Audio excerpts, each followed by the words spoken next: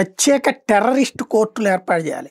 ప్రత్యేక నక్సల్స్ కోర్టులు ఏర్పాటు చేయాలి. నక్సల్స్ టెర్రరిస్టులకు సంబంధించినటువంటి కోర్టులు ప్రత్యేకంగా ఏర్పాటు చేయాలి. వితిన్ 1 month to 2 monthsలో వాళ్ళకి శిక్షలు పడేటట్టు ఉండాలి. అవసరమైతే మరణశిక్ష విధానాన్ని మార్చి జనం ముందు కాల్చి చంపడం, జనం ముందు ఉరేయడం లాంటిది పెట్టినా తప్పులేదు. ఎందుకంటే అందరి కళ్ళెదురుగుండా ప్రజల ప్రాణాలు తీసి ఆ ప్రాణాలు పోతుంటే ఎక్కడో కూర్చుని మా దేవుడు ఇచ్చిన ఆదేశం అని చెప్పేటటువంటి ఉన్మాదులకి భయం పుట్టాల. లేకపోతే అది తప్పన్న ఫీలింగ్ కల్పించగలగాలి.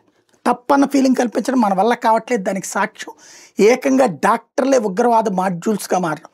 డాక్టర్లు తముచొస్తూ జనాన్ని చంపాలని కోరుకుంటూ మందు పాత్రలు సృష్టించడానికి ఐఈడీలు తయారు చేయడానికి ప్రిపేర్ అయ్యి వాడు చొస్తూ 13 మందిని పొట్టన పెట్టుకున్నటువంటి ఉమర్ నబీ ఉదంతం చూశాక, అట్లాగే డాక్టర్ చదువు చదివి ప్రజల ప్రాణాలు కాపాడాల్సినటువంటి వాడు ప్రజల ప్రాణాలు ఎలా తీయాలన్న పరిశోధనలు చేసినటువంటి డాక్టర్ మొహియుద్దీన్ విష ప్రయోగపు ఆలోచనలు చూశాక, వీళ్ళని ఇలాగే ఉంచితే వీళ్ళని జైళ్ళల్లో పెడితే జైళ్ళల్లో ఎంతమందిని మారుస్తారో, లేదా వీళ్ళని ఇన్స్పిరేషన్గా తీసుకుని ఎంతమంది మారుతారో, వీళ్ళకి బిర్యానీలు పెట్టి రోజుల తరబడి కూర్చోబెట్టగానే కాల్చి అవతల పడేయాలి. కానీ కాల్చి అవతల పడేస్తుంటే వీళ్ళకేదో మైనార్టీలకు అన్యాయం జరుగుతుందని ప్రజల్ని మోసం చేసేందుకు విపక్షాలు సిద్ధపడతాయి. వీళ్ళందరూ మన దేశాన్ని ఆఫ్ఘనిస్తాన్గానో పాకిస్తాన్గానో మార్చాలనుకునే శక్తులకి తమ రాజకీయ ప్రయోజనాల కోసం తోడు నిలబడుతున్న వెధవలు.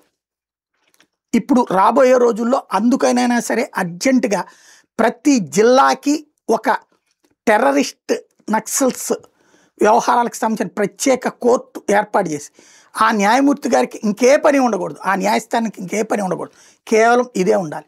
చక్క 2 వైపుల ఆర్గ్యుమెంట్స్ నడవాలా. ఫైనల్గా తీర్పు నెలలోపు రావాలి. ఆ పైన హైకోర్టులో కూడా అవసరమైతే సపరేట్ బెంచ్ పెట్టాలా. నెలలోపే దీని మీద అప్పీలు ఉంటే చూడాలా.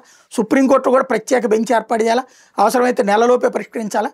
ఆ పైన ఉరంటే ఉరి, లేకపోతే జైలు శిక్ష అంటే జైలు శిక్ష వీళ్ళకి తక్షణం వేసేటటువంటి విధంగా చర్యలు తీసుకోకపోతే ఈ దరిద్రుల ఆటలు నడుస్తూనే ఉంటాయి.